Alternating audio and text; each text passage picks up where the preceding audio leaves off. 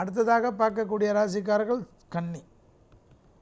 கன்னியா ராசிக்காரர்களுக்கு கண்டிப்பாக அனுகூலம் காணப்படுவதற்கு, ஏற்றங்கள் காணப்படுகிறதுக்கு நவகிரகத்தில் இருக்கக்கூடிய சுக்கிரனை வழிபாடு செய்ய செய்ய நன்மை, ஏற்றம். கொடுத்த வாக்கை குடும்பத்திலும் வெளிவட்டாரத்தில் காப்பாற்றக்கூடிய உன்னதமான சூழ்நிலை. விரயங்கள் அதிகமாக இருப்பதனால் ஞாயிற்றுக்கிழமை மதியம் 1:15 2 மணிக்குள்ளாக உணவு தானத்தை மட்டும் நிறுத்தாமல் இருப்பது ஆவணி முடிகின்ற வரையில் நன்மை. கன்னியா ராசிக்காரர்களுக்கு கண்டிப்பாக பிள்ளைகள் விஷயம் ஏற்றம், தைரியம், தன்னம்பிக்கை ஏற்படும். குடும்பத்தில் அந்யோன்ய குறைபாடு காட்டுகிறது. வெளியிடம், உத்தியோகம், தொழில், வியாபாரம், படிப்பு நல்ல முன்னேற்றம் காணப்பட்டாலும் குடும்ப விஷயத்திற்காக இதுவும் கெடும் அதுவும் கெடும்.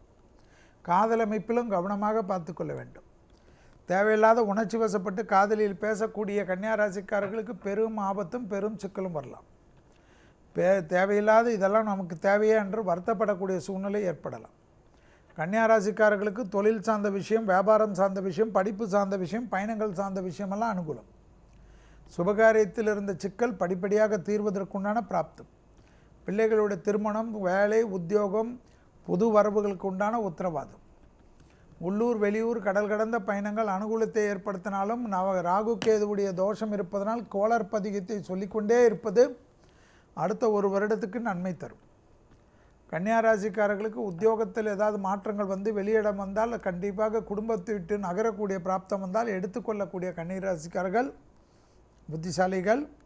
தவறு விடுவது தேவையில்லாத குழப்பத்தை தரும். என் குடும்பத்தை விட்டு எப்படி என்று போகிறது, செல்விக்கு ஒரு வேலை இல்லை என்று நீங்கள் வருத்தப்பட்டாலும் இப்பொழுது சிறிது எட்டி இருப்பது நன்மையை ஏற்படுத்தி தரும் என்பதை கன்னியா ராசிக்காரர்கள் ஞாபகத்தில் வைத்துக்கொள்ள.